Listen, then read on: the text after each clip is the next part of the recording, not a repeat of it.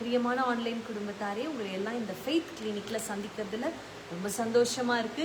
கர்த்தர் உங்களோடு கூட இன்னைக்கு பேச போகிறார். ஆயத்தமாகி கொள்ளுங்க. கர்த்தர் பேசுறது ரொம்ப முக்கியம். உங்க குடும்பத்தாருக்கு, உங்க நண்பர்களுக்கு, உங்களுடைய வாட்ஸ்அப் குரூப்ஸ், ஃபேஸ்புக் குரூப்ஸ்ல இந்த லிங்கை நீங்க ஷேர் பண்ணுங்க. அவர்களும் கர்த்தர் என்ன பேசினார் என்பதை கேட்கட்டும். நம்ம இப்ப வார்த்தைக்கு நேராக நம்ம போகலாம். ஆமென். ஒரு சின்ன அனௌன்ஸ்மெண்ட். வருகிற நம்ம 40 நாள் அதிகாலை தடைகளை உடைக்கும் ஜெபத்தை நடத்தி கொண்டிருக்கிறோம். காலையில் 5:30 மணிலேருந்து 6:30 மணி வரைக்கும் இதே யூடியூப் சேனல் நடத்திட்டு இருக்கோம். நீங்கள் ஜாயின் பண்ணுங்க. கர்த்தர் பெரிய காரியங்களை செய்வார். இன்னைக்கு கூட கர்த்தருடைய ஆவியானவர் என் உள்ளத்துல வைத்த ஒரு வார்த்தை என்னன்னா, உங்களுடைய தேவைகள் இன்றைக்கு சந்திக்கப்படும். ஆமென். நீங்க என்ன தேவைகள் இருந்தாலும் கர்த்தர் அந்த தேவைகள் இன்றைக்கு சந்திப்பார். கமெண்ட் பண்ணுங்க, என் தேவைகளை கர்த்தர் சந்திப்பார். தேவைகளை கர்த்தர் சந்திப்பார். God is a giver. First நல்லா தெளிவா புரிஞ்சுக்கோங்க. தேவன் கொடுக்கிறவர். உங்ககிட்ட இருக்கிறத பிடுங்குகிறவர் அல்ல, உங்களை அழிக்கிறவர் அல்ல. உங்களுடைய வேதனைகள்ல நீங்க கண்ணீர் விடும் பொழுது அப்படியே மகிழ்ந்து சந்தோஷமா உட்காந்துருக்க போறதல்ல. Is a giver. அதான் கர்த்தர் சொல்றாரு, கேட்கிற எவனும் பெற்றுக்கொள்ளுகிறான். நீங்க கேட்டுட்டா போதும், நீங்க என்ன பண்ணுவீங்க? பெற்றுக்கொள்வீங்க. ஆமென். சரி, இப்போ ரொம்ப முக்கியமான ஒரு காரியம், உங்கள் தேவைகளை கர்த்தர் எப்படி இன்றைக்கு சந்திப்பார். வாசிப்போம். மத்தேயு 14ஆம் அதிகாரம். மத்தேயு 14ஆம் அதிகாரம் வாசிப்போம். 19ஆம் வசனத்தை வாசிப்போமா? மத்தேயு 14:19. அப்பொழுது அவர் ஜனங்களை புல்லின் மேல் பந்தி இருக்க கட்டளையிட்டு அந்த 5 அப்பங்களையும் அந்த 2 மீன்களையும் எடுத்து வானத்தை அண்ணாந்து பார்த்து ஆசீர்வதித்து அப்பங்களை பெற்று சீஷர்களிடத்தில் கொடுத்தார். சீஷர்கள் ஜனங்களுக்கு கொடுத்தார்கள். உங்களுக்கு எனக்கும் தெரியும், இங்க ஆயிரக்கணக்கான ஜனங்க என்ன பண்ணாங்களாம்? சாப்பிட்டாங்களாம். ஆயிரக்கணக்கான ஜனங்க சாப்பிட்டாங்க.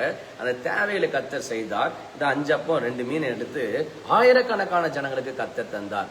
எப்படி தந்தார்? ஏன் தந்தார்? எது ஆண்டவரை அன்றைக்கு அவனுடைய தேவையை பூர்த்தி பண்ண வைத்தது? எது தெரியுமா? வாசிப்போம். அதே அதிகாரம் 14ஆவது வசனத்தை வாசிப்போமா? இயேசு வந்து திரளான ஜனங்களை கண்டு அவர்கள் மேல் மனதுருகி அவர்களில் வியாதியஸ்தர்களாய் இருந்தவர்களை சொஸ்தமாக்கினார்.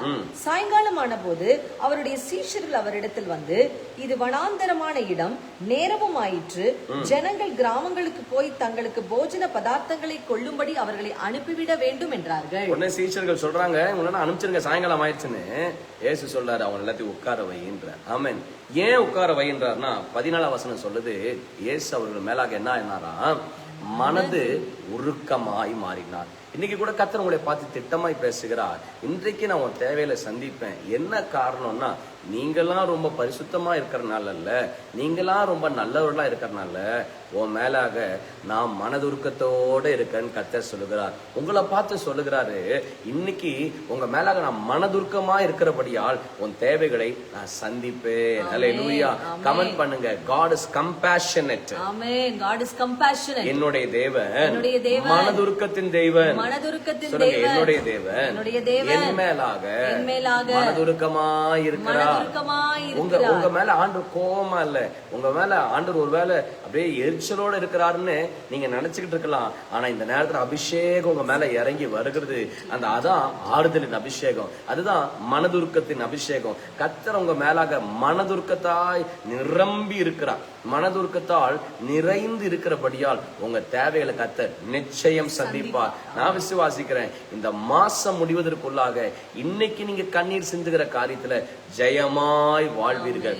ஆனந்த கண்ணீர் இடும்படியாக ஏதோ ஒரு அற்புதத்தை, ஏதோ ஒரு அதிசயத்தை கர்த்தர் செய்தார். ஆமென். சம்பந்தமே இல்லைங்க. 5000 பேர்த்துக்கு 5 அப்பத்தையும் 2 மீனையும் கொண்டு வந்தா என்ன சம்பந்தம் இருக்கு? லாஜிக்காவே செட் ஆகல. அதாவது ஒத்துக்கவே முடியல. இதெல்லாம் எப்படி நடக்கும்? யார்கிட்டயோ போய் ஒரு 50 பேர்த்துக்கு என்கிட்ட 5 தோசை இருக்கு, 50 பேர்த்து உட்கார வச்சிருங்க, சாப்பாடு போடலாம்னு சொன்னா என்ன பண்ணுவாங்க? எல்லாரும் அமைதியா இருந்துரு, ஏதோ திட்டிடுவேன்னு சொல்லுவாங்க. ஆனா கர்த்தர் அப்படித்தானே செஞ்சாரு.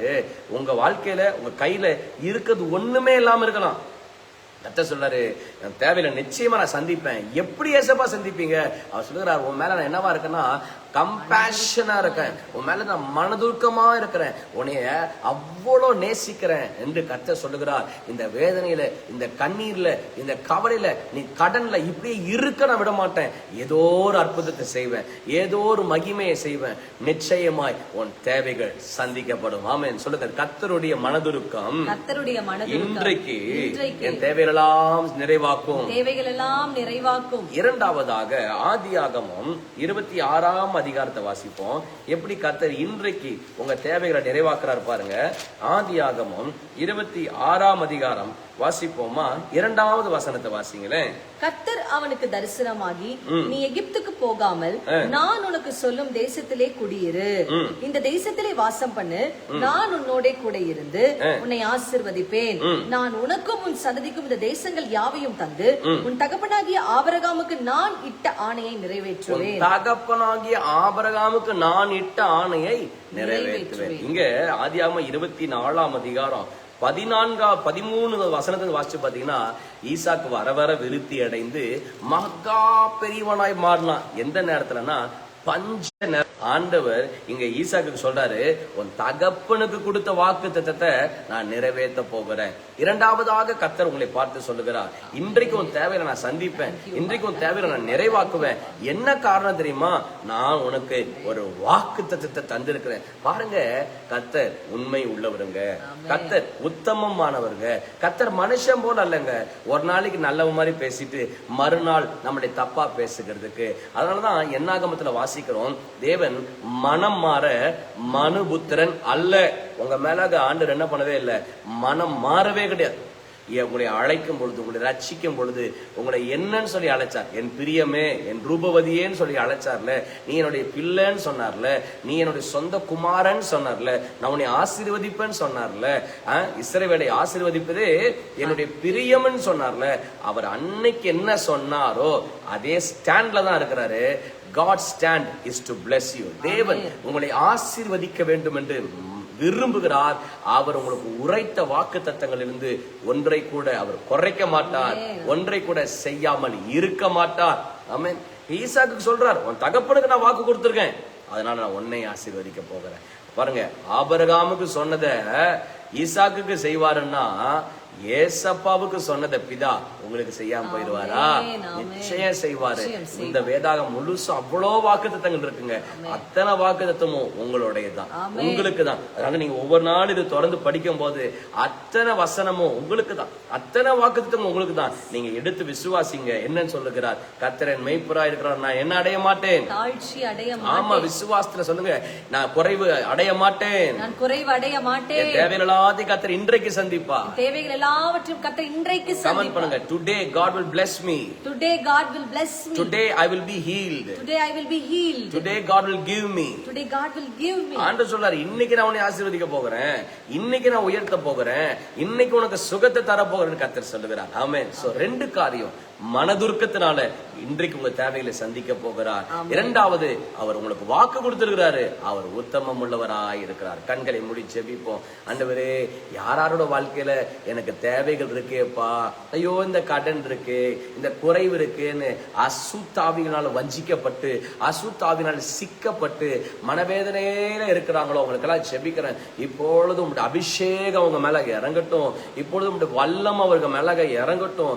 இப்பொழுது பிசாசனுடைய செயல்களிலிருந்து விடுதலையாக்கப்பட்டு அவருடைய குறைவுகள் எல்லாம் மாறி நிறைவாக நாங்க ஜெபிக்கிறேன்.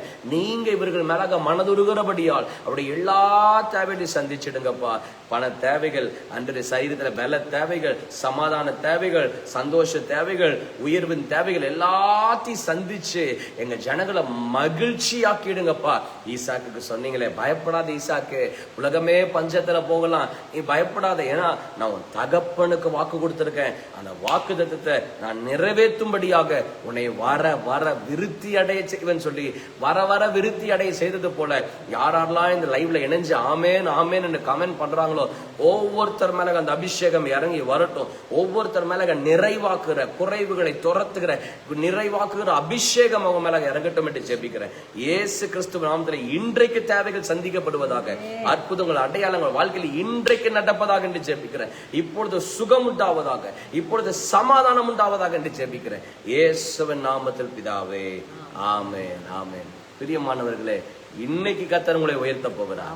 இன்னைக்கு கர்த்தர் உங்களை ஆசீர்வதிக்க போகிறார். இன்னைக்கு கர்த்தர் உங்களை நேசிக்க போகிறார். என்ன காரணம்னா மனதுருக்கத்தோட இருக்கிறார். ஆமென். சொல்லுங்க, கர்த்தர் என் மேலாக, கர்த்தர் என் மேலாக மனதுருக்கமாய் இருக்கிறார். மனதுருக்கமாய் இருக்கிறார். You are blessed. You are blessed.